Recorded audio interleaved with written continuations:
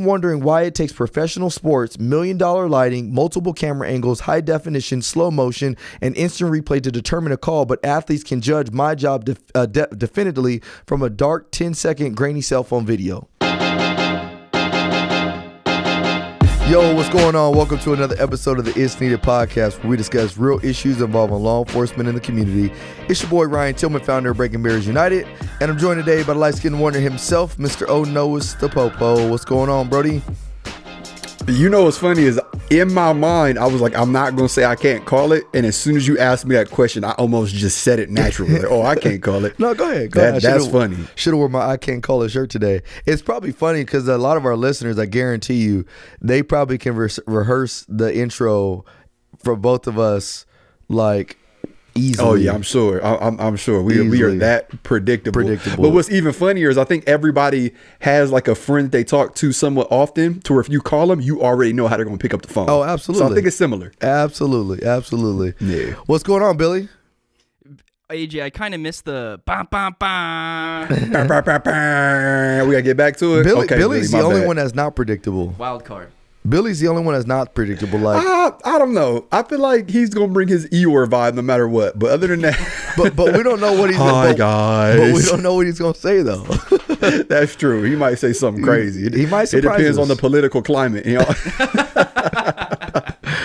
True that, man. So what's up with you, brother? Man, nothing. I got my voice back. Praise God, man. Unfortunately, we was hoping that was just going forever. Man, forget y'all. Okay. Hey, bump y'all, man. Everybody, you know, I'm starting my own podcast by myself. I'm recording with my phone. Ain't no episode's gonna be released on time. Nope. Always late. Quality terrible, but I'm gonna get it out there though.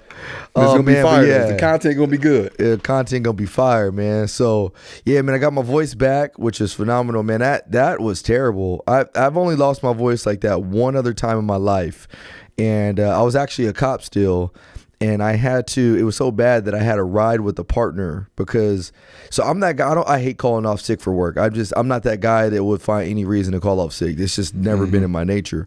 And so I probably should have called off sick, but I was like, nah, I'm good. I can still do everything else. I just can't talk. And so this was probably like 6-7 years ago. So I had to ride with the partner and he had to use the radio, bro. And I remember trying to key up and talk on the radio, and I couldn't even get nothing out, bro. I was like, man, if I get in a foot pursuit, I am done, bro. Like, they will not know where I'm at.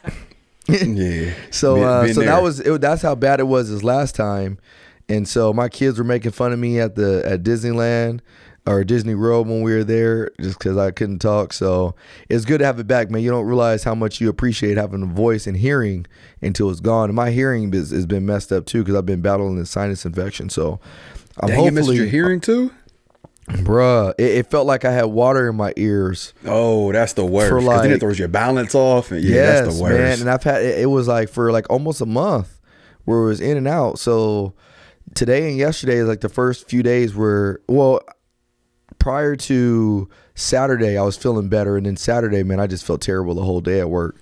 And then the last 2 days, I felt way better. So I've never had allergies, but my doctor is saying I'm probably getting allergies as I'm getting older and stuff. So it's so weird how the body does that. Because I'm the same way. Like I've never had allergies until like 4 years ago, and then they just hit me one summer. I'm like scratching my eyes, I'm sniffling, I'm sneezing like 32 times in a row. I'm like, what? Am I dying? Like, what is going on right now? It's terrible. So now every year I try to fight them. I'm like, I ain't taking no Claritin or nothing.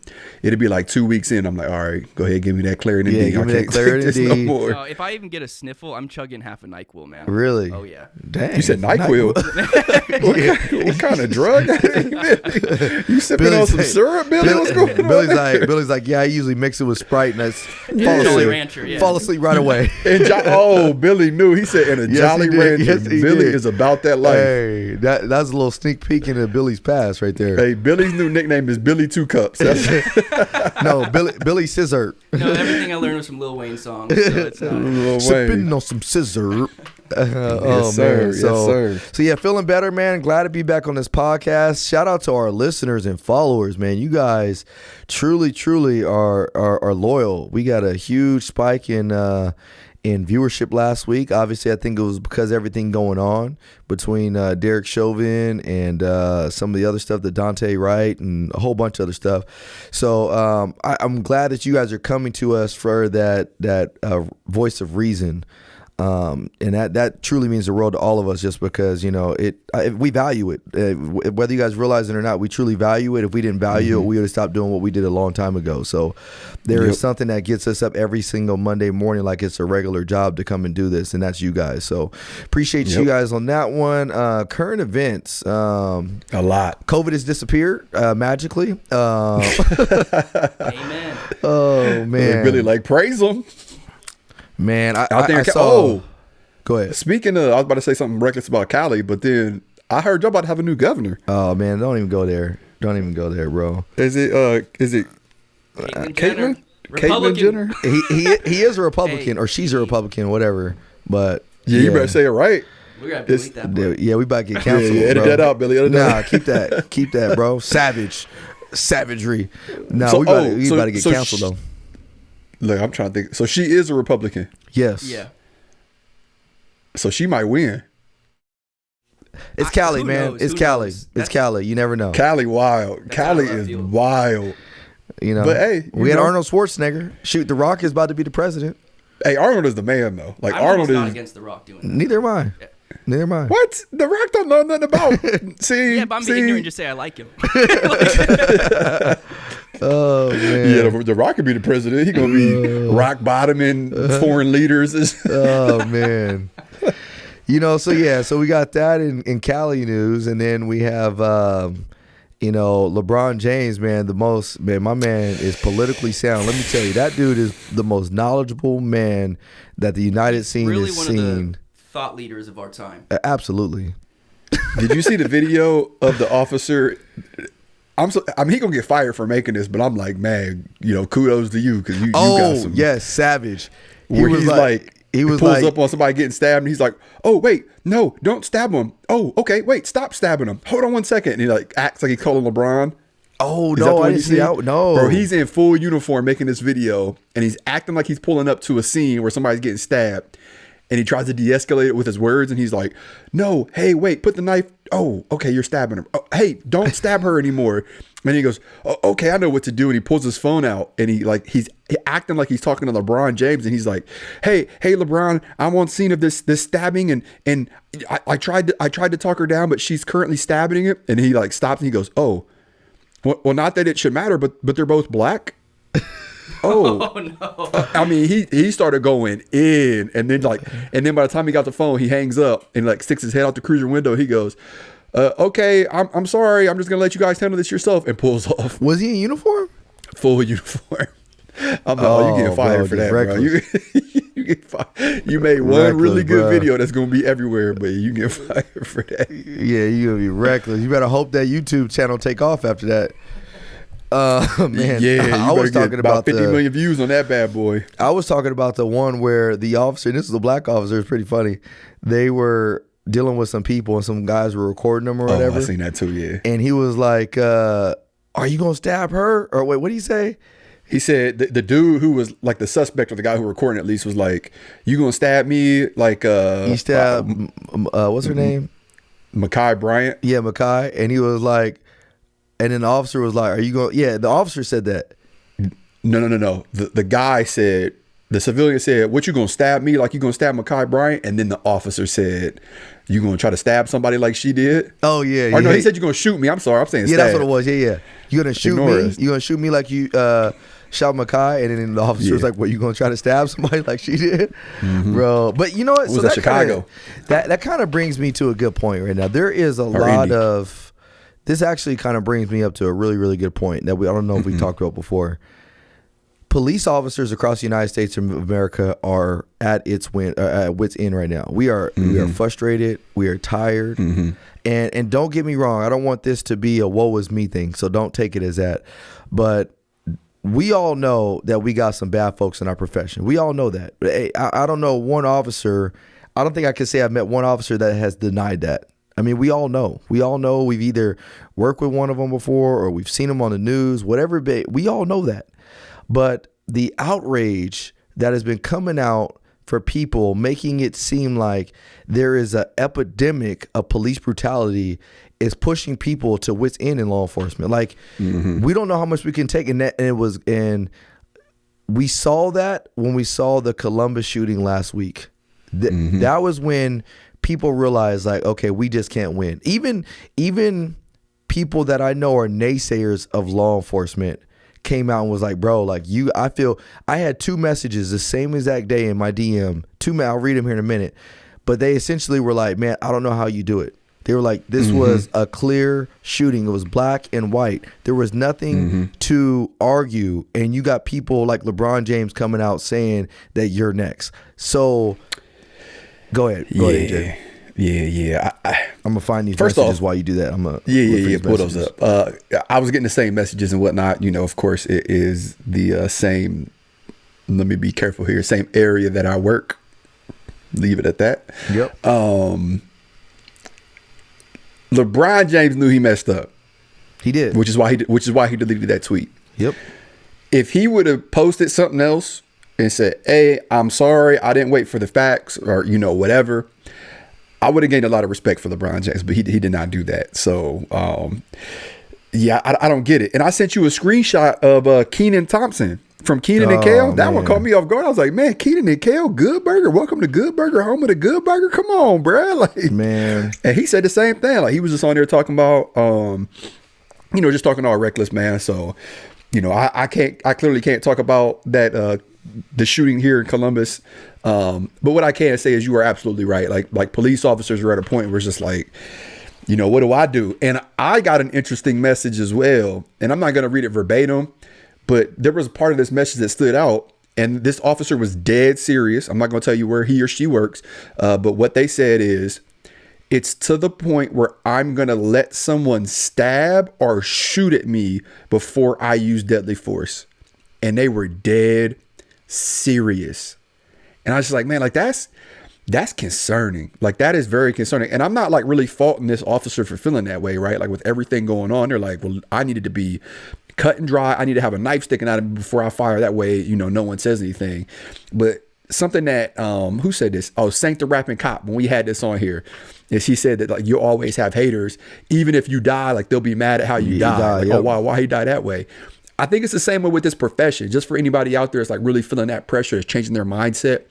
It's the same thing with our profession. Like, people who hate cops, who hate law enforcement, who hate our supporters, will hate us no matter what. So even if you get stabbed, then their logic will convince them, like, well, he should have just pulled a knife out and tackled her. She didn't have the knife anymore, or he didn't have the knife anymore. Like, they'll come up with some illogical reason on why you shouldn't have used deadly force. So I'm just letting you know that we have a rough job. Your priority should be going home. Like, your priority should be going home at the end of the night to your loved ones, to your friends, to your families, to your personal life outside of this job. And then everything else should fall into place underneath of that. Yeah, and it just kind of goes to show, like, where we're at right now. It's a dangerous situation where you can have a completely black and white situation where where lethal force was absolutely justified, and the whole world is screaming at you, talking about crucify you. So I wanted to send 2 messages. I got these messages literally back to back. This guy that's been following me for a while, he is not pro cop at all. Let me just say that. But I respect him because we have really good dialogue, and he's open. He's followed our channel forever, and he's not always agreed, but there's times where he'll come out and we'll have some type of common ground that we'll find. So I respect him. And so one of the things that he said was, I don't know how you do it. Clearly the cop was trying to save someone's life. That girl had a knife and she's trying to stab someone with it. I don't get how people don't see that. This is somebody that's not pro cop. So then this other guy, same exact time, sent me this. Bro, I seriously don't know how you do it, man. I'm praying for strength. The recent shooting in Columbus, when headlines first came out, I wanted for the video and more details. When it shows a young lady had a knife and was actively attacking 2 people. All I did was share the young lady shot was attacking 2 others with a knife, quote unquote. Folks saying I'm making excuses. I hate our black girls. I'm saying she deserved 4 shots to the chest. Why can't you disarm people, and so on? This is a black officer, mind you. It's exhausting, bro. But we need to have conversations and look to the situation as a whole. People outside police stay trying to tell police how to be police, and now you have these social workers that are all of a sudden experts in de-escalation adding their 2 cents in. I'm pushing forward and continue to do my job and spark a difficult dialogue. Just draining, fam. And I truly pray and ask God to continue strengthening you, bro, as you continue your purpose. It's rough out here. That's the key. That's the key. So I got those messages back to back, but I also got this one, same exact conversation. And this one, actually, there's things that will come up that will also give me hope. I got a few voice notes from some people that were that I know are not pro cop, and just super positive, man. And so these are things that give you hope. But this one was good. It says, man, this one is deeper than what we see in the video. I'll keep this short. It's a clean shoot, clearly justified. The now meaningless term racism or racist isn't even relevant. Now for the good part. I heard Breaking Barriers United saying his thoughts on the mistaken taser situation, that the brothers and sisters in blue must own that tragedy. In this situation, the community has to own this one. Every individual that was present prior to any law enforcement present is at fault for her losing her life. That officer didn't ask to be there, or that officer didn't ask her or didn't ask to be there. He was called upon. He answered that call. He was called to solve a community problem. Families will grieve the loss. Families will be thankful their loved ones wasn't stabbed or shot, but the community won't give 2 Fs about the officer that took a life and saved others and continued to serve the community. That was deep. Yeah, that's powerful. That we might have to turn that into a post. That's powerful. That's really powerful. Maybe we'll do a post on that. But you know, I have an idea. Since I can't talk about what happened in Columbus, and people want to hear our opinions about it, ask me. I'm gonna put all of my powers into Ryan, and I'm gonna ask Ryan some questions about what happened in Columbus. You cool with that, Ryan? I love that. Let's do it. So let's start from the beginning. Ryan, when you first heard about this incident, what was the narrative? Like, what was the narrative that was being created when you heard about this incident? So as soon as this came out, as soon as the shooting happened, almost immediately videos were being uploaded of this tragedy. And I call it a tragedy because it's a tragedy on all levels, but it's a tragedy. And the narrative was this, and the one I think posted it first. And mind you, this was the same day that Derek Chauvin was charged with 3 counts of murder. Same day. I saw Ben Crum, which was one of the headlining attorneys that represents all of these cases, came out and said another another black girl, unarmed black girl killed at the hands of police. That's how it came out. It said another unarmed black girl killed at the hands of police. And then it showed the video of the officer utilizing deadly force against this female. That's what the headline was. Yep. So there were like videos being shared hundreds of thousands of times, videos being viewed, tweets being shared that it was basically a police officer killed an unarmed 15-year-old girl. My question to you is, was she unarmed? Absolutely not. So obviously the narrative kept saying she was unarmed and she was 15. And that was also what made this bigger than what it was, because she was 15 years old, which, mind you, I just got in making a video a few days prior to this when we talk about the Adam Toledo case, because Adam Toledo, I believe, was 13 years old and he was killed by police officers because he had a gun in his hand. And so people were outraged by it. So this one comes out a couple days later, 15 years old. She's unarmed, but clearly when the video comes out days later, or actually almost immediately after that night, you can see that she had a knife, a large knife, and they even slowed it down, and you can see that she was going towards this other girl with the knife. Okay, so some of the questions that I got that I'm just going to pass on to you, Ryan. Please. First of which, if someone is trying to cause you serious physical harm, meaning they're trying to hit you with a weapon, they're trying to break your neck, they're trying to strangle you, they're trying to shoot or stab you, are you allowed to use deadly force? Absolutely. So let's go back to case law. Case law, Graham versus Connor, states that if you're trying to prevent an escape, effect an arrest, or overcome resistance, you have the ability to use reasonable force to do that. And as long as they're immediate danger to the officer or the public, they are actively fleeing or they are actively resisting. So on the flip side of that, if someone is trying to cause serious physical harm to someone else, are you allowed to use deadly force? Absolutely. Was she trying to use deadly force on somebody? Yes, she was. So they say, and we're talking about, I think, how do you say her name? Ma'Khia Bryant. Ma'Khia Bryant. So the story I got was Ma'Khia Bryant. Oh, part of that, going back real quick, part of the also narrative that came out was she called police to come help her in self-defense, or she was using a knife in self-defense to stop these other girls from doing whatever they were doing to her. And so the narrative that I saw after that was, I don't think she called the police. I think others called on her. And also, whether it's self-defense or not, she was about to stab somebody and kill somebody. So do you have the right to self-defense? In front of the officer. In front of the officer. So do you have the right to self-defense? Yes, you have the right to self-defense. But if an officer shows up, that level that you have to protect yourself, unless somebody is actively trying to kill you, which she was on the offense, not the defense. That self-defense kind of that self-defense now is no longer self-defense because you're on the offense, not the defense. Especially when you have an officer on scene that can handle that situation. So basically, what you're saying is the girl in the pink was like retreating, so she was like no longer even a threat. So you can't really use that self-defense notion. No, you can't. All right. That. So meat and potatoes time. Two of the major questions that are floating around social media that people wanted me to ask you. The first of which, why didn't the officer use a taser? Great question. So let me tell you guys first and foremost, tasers are phenomenal tools. I've used a taser before. I've had a taser used on me twice, and it hurts very, very bad. Tasers are phenomenal tools. But the thing about a taser is you can't always become over-reliant on a taser. Secondly, is we cannot use less lethal options to combat lethal options.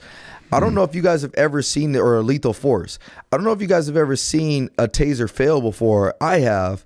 I've shown videos of it. And so it's not a knock on a taser because, like I said, the taser is a phenomenal tool. But taser will probably misses or but taser will even tell you themselves this is not 100% effective if there's something that happens, meaning that if one of the prong misses, is not going to work. And so the way the taser works, and I've said this before, is that there's two little metal prongs that come out like fish hooks, and they basically penetrate your skin. And once they penetrate your skin, that's what establishes that electricity that basically will incapacitate you. So that's one of the ways it's effective. The other way it's not effective is if you have thick clothing on. So sometimes it can't penetrate your clothing. Third is sometimes if a person is very under the influence of a controlled substance or whatever, then for whatever reason your body turns off the sensory or whatever to some of your nerves, and it won't affect you. And so in this case, let's just say he did go for taser while she's actively trying to stab this other girl. Let's say he misses, because remember, she's a moving target. And so when you fire that taser, those prongs are going somewhere. But if a person is moving, you could miss. So let's say he misses with that taser, and now she is successfully able to stab this other girl. What would people be saying about that officer then? Most likely they would probably be saying is, how come he didn't use his firearm to stop her from stabbing this girl? How come he used a taser? So it was a danged if you do, danged if you don't situation. And so, there's an old saying, never bring a knife to a gunfight and vice versa. It's kind of the same thing. Is like, why would I bring a taser to a knife fight if somebody's actively using that knife to try to kill somebody? So why didn't the officer shoot the knife out of her hand or shoot her in the leg? Or fire a warning shot in the air? Great question. So one, we don't do, I don't want to say we don't do warning shots, but our policy says warning shots are strongly discouraged. It doesn't say they are, we can't do them, just because a lot of you guys got to realize is that our jobs are very fluid, and We have the one job in America where every single day is a different day. Every situation is a different situation for the mere fact that every officer involved in that situation is different. And so I might respond differently than AJ. AJ might respond differently from Billy. So that right there in and of itself makes every situation in law enforcement different. So that's why they will say, hey, we highly discourage shooting a warning shot in the air. And they say they discourage it because let's say there is some type of situation that affords the opportunity to shooting warning stop and it stops. Then if they say, hey, it's you can't, they ban warning shots, and now that officer is in violation of policy when it actually effectively could have worked. But for the most part, we strongly discourage warning shots because what goes up must come down. And anytime you fire a warning shot, when that bullet goes up in the air, it's got to come down somewhere. So let's just say he fired a warning shot up into the air. Where does he fire that warning shot? Let's just say he strikes an innocent bystander firing a warning shot. Let's just say the warning shot doesn't work and she continues to do what she does and she's still able to stab her. So the warning shot just isn't feasible. If you really look at it from a logical standpoint, a warning shot is not feasible. I know we see in the movies and things like that, but that's not how it works in real life because we are accountable for every bullet that comes from the barrel of our gun. And if that bullet penetrates something that I wasn't intending to shoot, then I'm going to be held accountable for it. But the officer could have easily shot like the knife out of her hand or shot her in the leg. So great question. The next question is, I know we see it in movies. I know how cool it looks. I know we can see people in movies bending bullets and, curving bullets around trees. But if you've never fired a firearm before or don't really know the, the physics behind how a bullet travels or the stress that happens to a body when you're firing a gun, it is not that easy. So the reason we aim for the torso is because the torso is one of the largest parts of a person's body. And so when stress is induced to a person physically, there are physiological changes that happen to a person's body. Your eye vision becomes dilated. Sometimes your hearing goes down. You get this thing called tunnel vision to where you don't really see everything.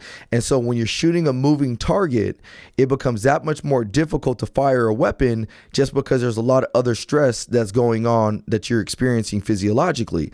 And so if I aim for the hand or if I aim for the foot or a leg, those are very small targets. And so how many rounds will it take for me to effectively shoot that knife out of a person's hand? How many rounds will it take me to effectively shoot a person in the leg?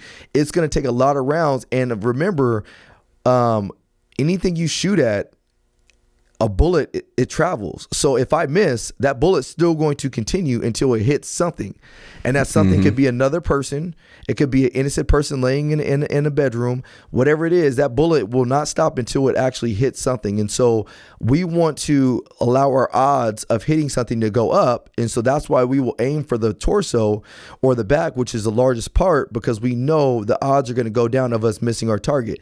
And the last thing on that is we talk about the leg. We have the femoral artery that runs in our leg. If you don't know, the femoral artery is one of the largest arteries in our body. And so that means that if you get cut or shot in that artery, you will bleed out in less than seconds. So let's just say he did aim for the leg, but he hit the femoral artery. Is that person going to die? Likelihood of that person dying is very high. And so I want to fall back to this. One of my sergeants actually posted this the other day, which was a great post. He said, when we use lethal force, we have reason to use lethal force. We don't use a lethal option for less lethal reasons. Does that make sense? So I'm not going to use a gun as a less lethal option. It just doesn't make sense. Our guns are used for lethal options, and that's it. So if he pulls his gun out, he has the authority, or he has the I don't want to say the authority, but he has a reason to utilize a lethal force, which he knows can kill somebody, which is why it's a lethal option. So one more question, and then I'm going to chime in on something 100% not related to this. The Before last question, I have a question to another myth, but go ahead. Okay, yeah. So the last question is, why didn't the officer attempt de-escalation techniques? Great question. Why does an officer not attempt de-escalation? You got to realize, whenever possible, whenever feasible, an officer is always going to try to de-escalate. And as a matter of fact, he did try to de-escalate, because as soon as he got out of that car, he said, hey, what's going on? Like, calm down type thing. So what did he do right when the moment he got out of that car? There's a few things that happened. One, people know police are on scene because they see the police car. That's hint number one. Two, when he gets out of his car, people see a police officer or police officers are on scene in uniform. Hint number two, that we should probably stop doing what we're doing. Three, the moment he opens his voice and says, hey, calm down, now he's starting to give orders to tell people to stop doing what they're doing. However, she presses that situation. She escalates it because she does not see, hear, or understand anything that's going on, because she's in her, I like to say, code black mode, where she's in it to win it. And so because of that, she goes in to stab this girl, and that now officer is forced to make a split-second decision. There's not enough time for him to run over there, tackle her, or anything like that, because time is of the essence. And so he was forced to make a split-second decision to use that deadly force. So did he try to de-escalate? Yes, but it was very brief, only because she pressed that situation further than what it should have been. And someone said that there was like a surveillance video from across the street, like a house from across the street, that picked the incident up as well. And that the girl with the knife said something as she was coming out the house. Did you hear that? Yeah. Or did you see that video? Oh, I actually I didn't see it, but I Billy, I heard did you about catch it. that? Yeah, I saw that video. Did you hear what she said when how do you say her name? Makai? I think it's Makai. And I might be it was her, her coming out of the house. She said, "I'm gonna stab the F out of you, you B." Something along those lines. So that to me shows clear intent. So going back to the self-defense part of it, that's not self-defense. Because really, what is self-defense used for? Let's break that down real quick. Self-defense is for somebody that is experiencing imminent threat or immediate threat that they cannot flee from. That means actively being attacked by somebody. So that means if, let's say Billy's in here and Billy is coming at me from 50 yards away and with a knife or something like that, do I have the physical capacity to retreat from that situation? Yes, I have an opportunity. There's a window where I can try to retreat. But let's say Billy is, where he's at right now, 3 feet away from me, has a knife in his hand, and he's coming against me. I have the right to defend myself so that way he cannot stab me and try to kill me. He's an imminent threat. He's an immediate threat. So if you come out of the house saying, I'm going to effing stab you, you B, that shows me clear intent that this has gone beyond a self-defense. This is now you're trying to go and bring something to this other person. Did she have the opportunity to leave that place? She absolutely did. No, that's good. And just to be 100% transparent, there are states out there that have a law called the Stand Your Ground law. Yes. And that basically says like you don't have to retreat, but you still have to be actively. You have to actively be assaulted. I'm trying to figure out how to say this. Like someone has to be actively assaulting you, or attempting to cause you like bodily harm, in order for that to apply. So you can't go chase them down and go hunt them down and stuff like that. So one of the other things that came up, somebody said, why did the officer have to shoot 4 times? So let me break this down to you.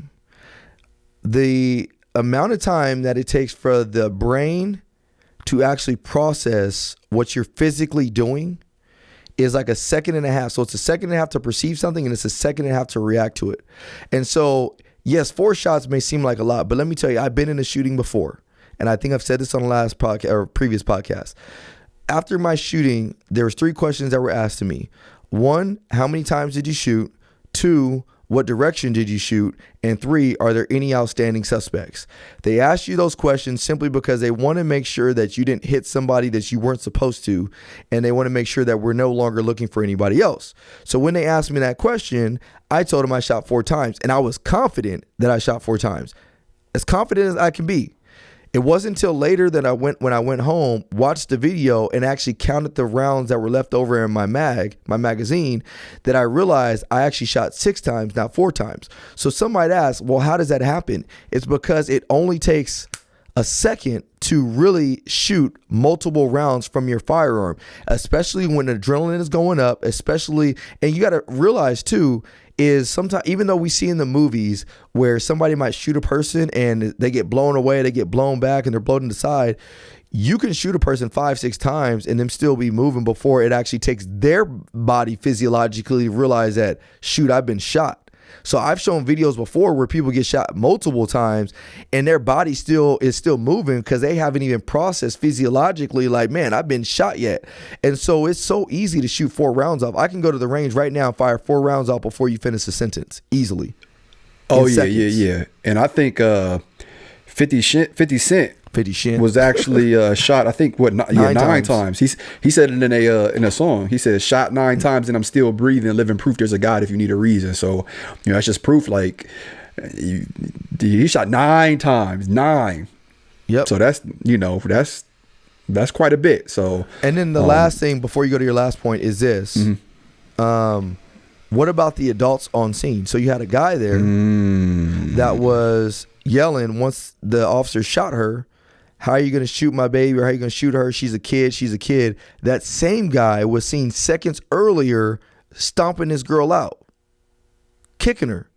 So it's okay for you to kick this girl in the head, but it's not okay for these officers to save another girl's life, right? And so you know why that happens is because it fits a narrative. It fits a narrative. Police shooting another minority fits a narrative that we've been conditioned to see. And I say conditioned for a reason, because every time we get these false narratives that came out immediately of unarmed black girl shot by police, it's conditioning you to fear the police. It's conditioning you to think that anytime an officer uses force against another person, that is unjustified before you gather any facts. And so we are conditioned to just spout stuff off like that without actually even realizing what's going on. No, that's good. That's good. So I have 2 points that I just want to bring up, and I might ramble for a little bit just because. Please do. Because this is what we do on the podcast. The first of which is a question, and it's just, answer this among like yourselves as you're driving, listening to this, working out or whatever. If we continue to attack a profession, meaning we want to take away the funding for this profession, everything that you do while you're in this profession is viewed as wrong, even if it's exactly what you were trained to do. What quality of people do you think you are going to have in this profession after a while? And what do you think that profession is going to look like after a while? And that's just something I want you to ask yourself. Like if you're out here and you're advocating for whatever, and you're criticizing officers for whatever, or whoever for whatever, what do you think is going to be left? And as a profession and quality of people in this profession. And this is the second thing that I want to say is I've been told my entire life that officers are racist. I've been told my entire life that the world is racist. I've been told my entire life that I'm going to have to work twice as hard to get half the recognition, that people look at me differently, that I should be a victim, that I should be scared to put myself in certain situations. But you know what I didn't allow that to do? Resonate within me. So when someone would tell me, hey, the police are racist, you know what I would do? I would step outside of my comfort zone and maybe go out and talk to a police officer to get their perspective on things. When someone told me, hey, we don't really do that, I would exclude myself from that group and I would go out here and do it if I needed to do whatever that is to chase my dreams or to execute whatever goals that I want to execute it. And I say that to say this. There's a group of people who are being played right now. And I need for all of us to realize that if you are constantly being told you're not good enough, you're a victim, you need to be scared, the toughest of the toughest person, once you hear that so many times, it's going to begin to resonate and it's going to change the way that you begin to maneuver throughout life. So what you need to do is take a step back and maybe look at things from a bigger picture. Am I being played right now? Am I a puppet on whoever's strings that's trying to move me in a certain way? That way I have all my chess pieces in the right way and boom, checkmate. Because no matter what's going on in my life, I'm not gonna let nobody tell me what I can and can't do. I'm not gonna let nobody tell me that I'm a victim. I'm not gonna let nobody tell me I need to work twice as hard to get half the recognition, that I'm not good enough. I'm gonna work twice as hard, and if I get half the recognition, so be it. I'm not doing it for that. If I do get harassed by the police because they're racist, then so be it. I'm not gonna let them stop my momentum. There's too many times in life where we let people control us by secondary actions and secondary words, meaning they say things like, oh man, I ain't never seen nobody that looked like us in this situation, or you need to be careful when you go out here, the police is doing X, Y, and Z, and it changes the way that you maneuver. Yep. No one in my family is in a situation where I'm at today, right? Yep. Because I had to step out of that box and look in and go, hold on, we're doing things wrong. Yep. Like our entire generation, our lineage has been victims and thought this way. We're oppressed and we're X, Y, and Z. I'm gonna work hard. I'm gonna change that lineage. So what are you gonna do? Like that's my question when it comes to this stuff, is what are you going to do? One of the people that I look up to so much, two of them, Steve Harvey and Tyler Perry. Both of them were homeless at one point. Both of them are black males. Both of them live in the United States of America. Both of them had faced oppression. Both of them had faced obstacles that they did not think that they were going to be able to go around, over, or through to get where they're at. But guess what? Both of them are extremely successful. Both of them are believers in God. Both of them have changed their lineage, meaning the children, their children and their children's children and their children's children will not know the struggles that they knew. You know why? Because they worked hard. Yep. They didn't let people pour this negativity into them. So you need to just block this out. I'm not saying that you don't need to be woke. I'm not saying that you don't need to address social issues. You need to do that stuff, but you also need to know when you're being played. And right now, a lot of people are being played. And you know what? It's okay to be woke, but be real woke. And what I mean by that is, don't just, spout off something off the mouth and consider it being woke or being because everybody else is saying it. I've said this before, but this whole idea of hating the police, it's pop culture. It's popular to do. Man, it's popular. Corny. I hate to say it like that, but it's corny. I had this girl. What? I had this girl say something on my social media post. She said, I love this post, but I can't repost it because of all the criticism I'm going to take from the people that follow me.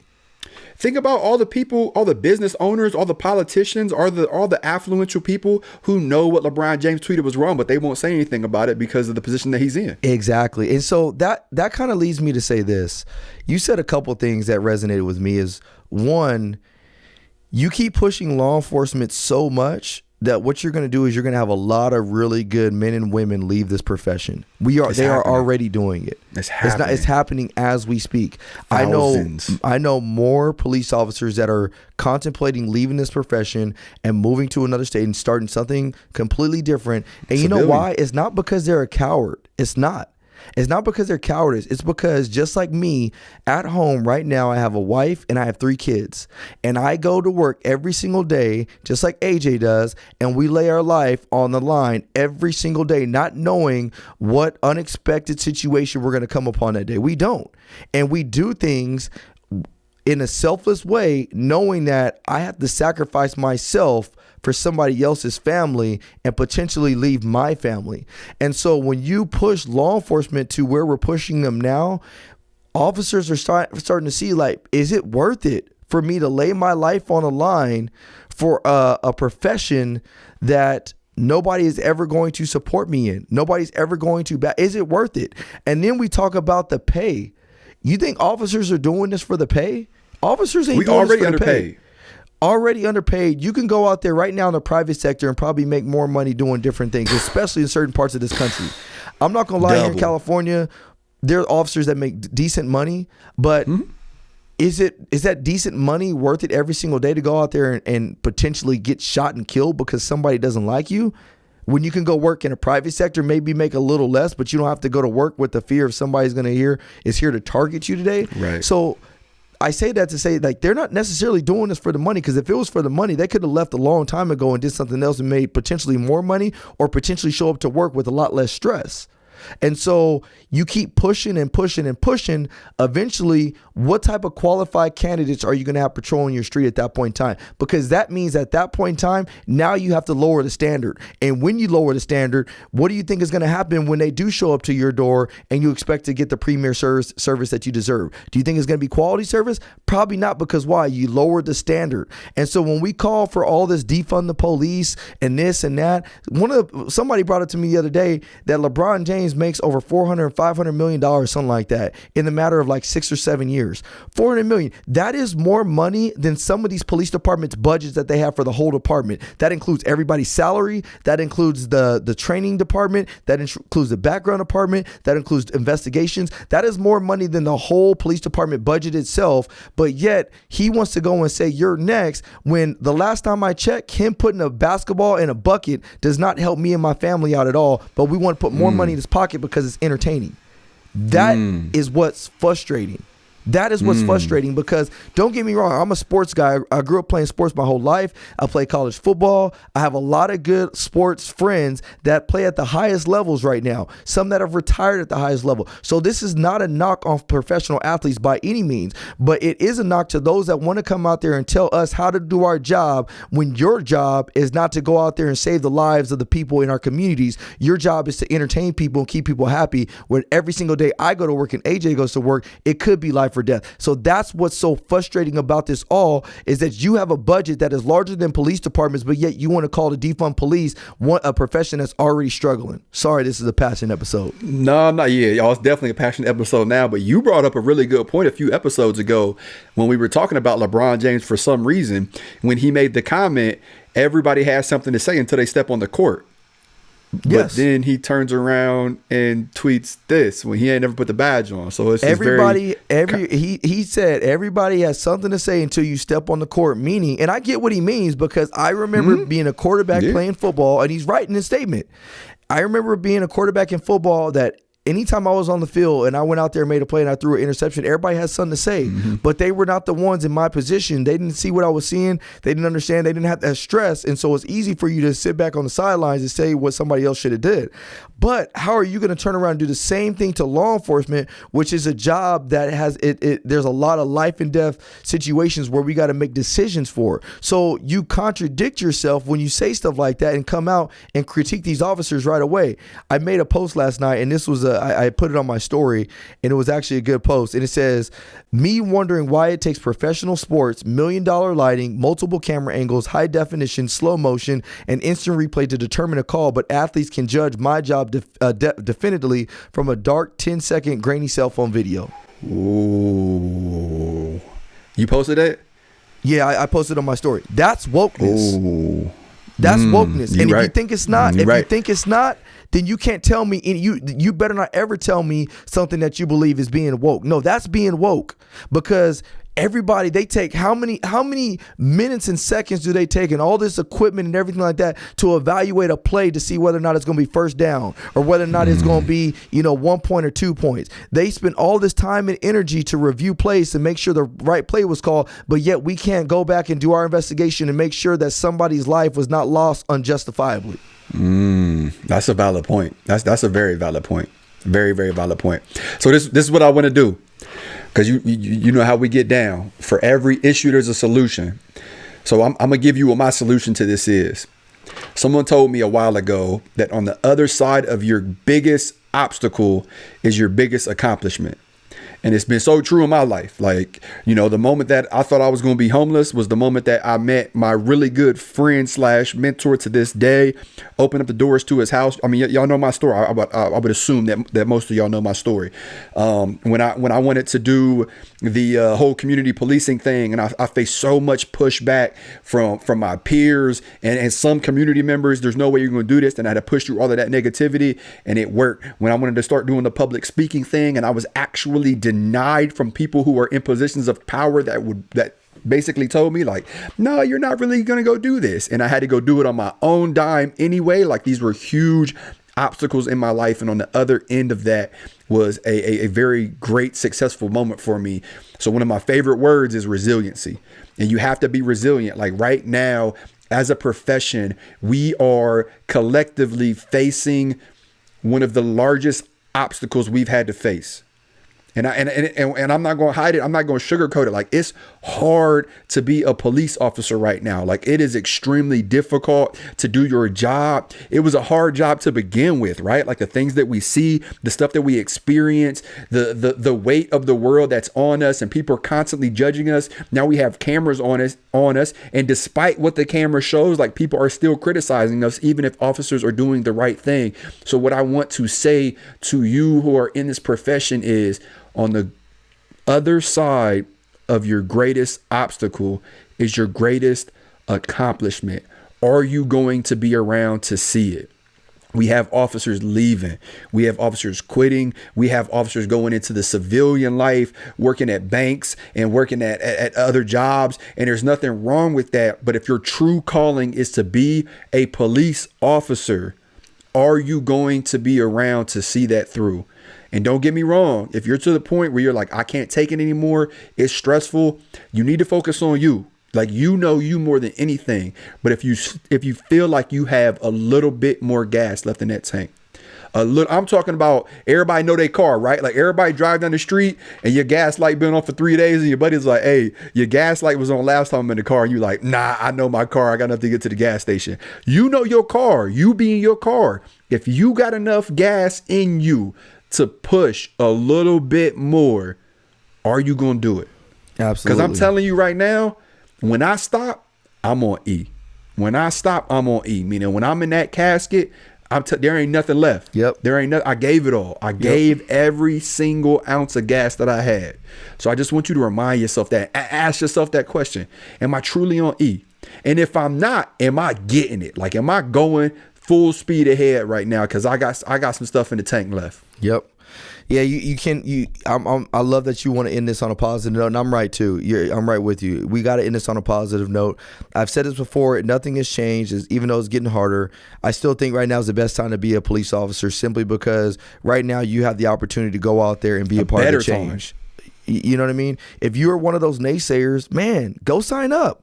Go sign up. Go put an application in to become a police officer. Stop worrying about what people think about you. Stop worrying about what people think about you, because when you're worried about what they think about you, it's going to hinder you from something that God has called you to do.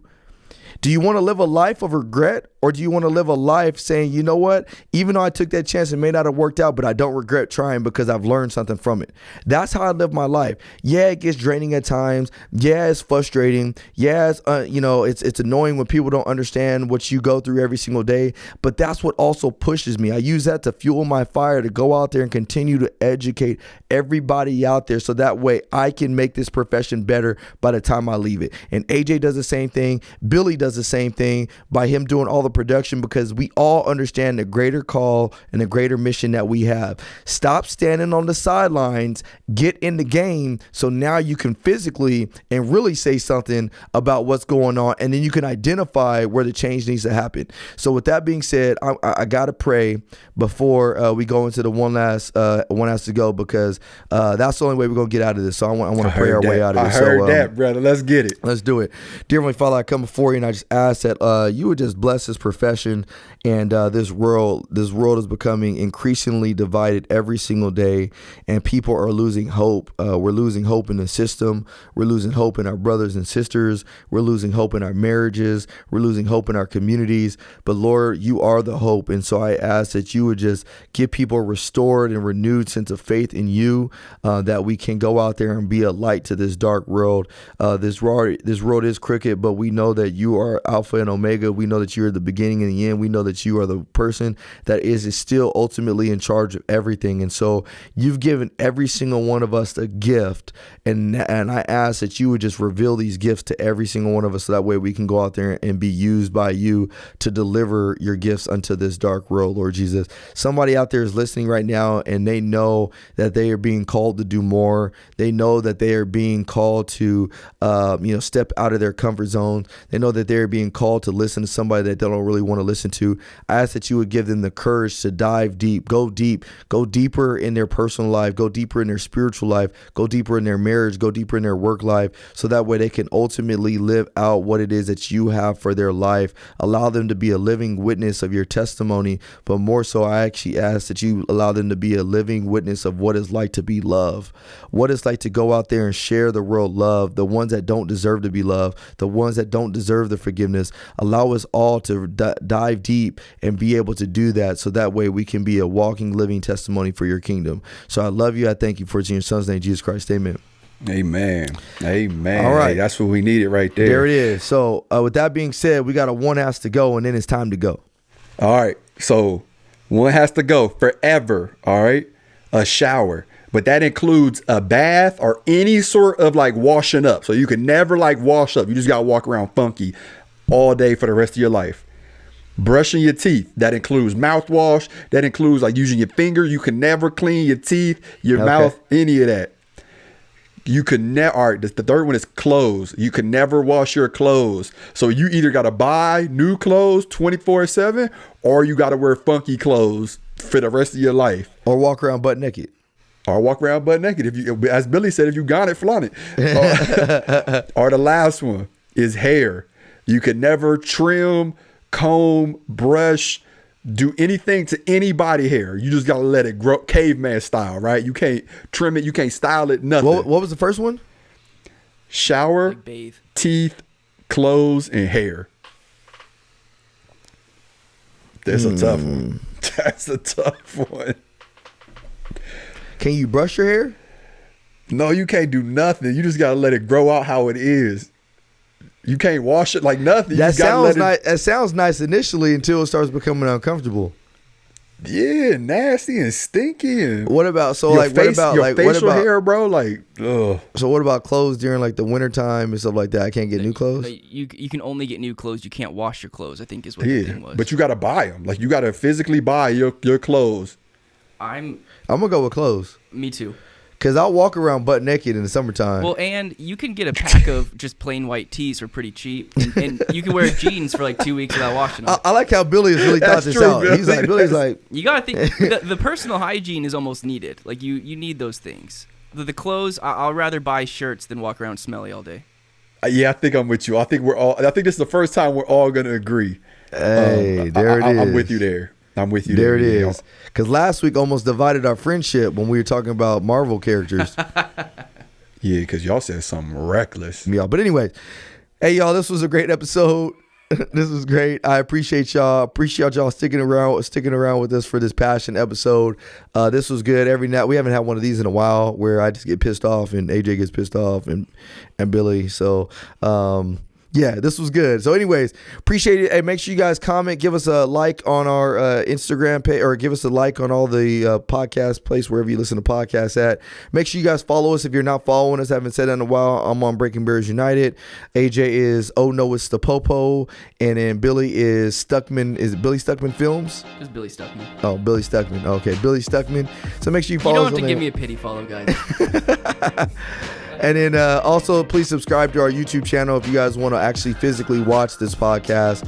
Subscribe to us on the YouTube channel. Coming to you with 4K, baby. That's right. And then next week we will have a guest in studio. She's a good friend of mine. She's a dispatcher, and we have not had a dispatcher on since we've started this podcast.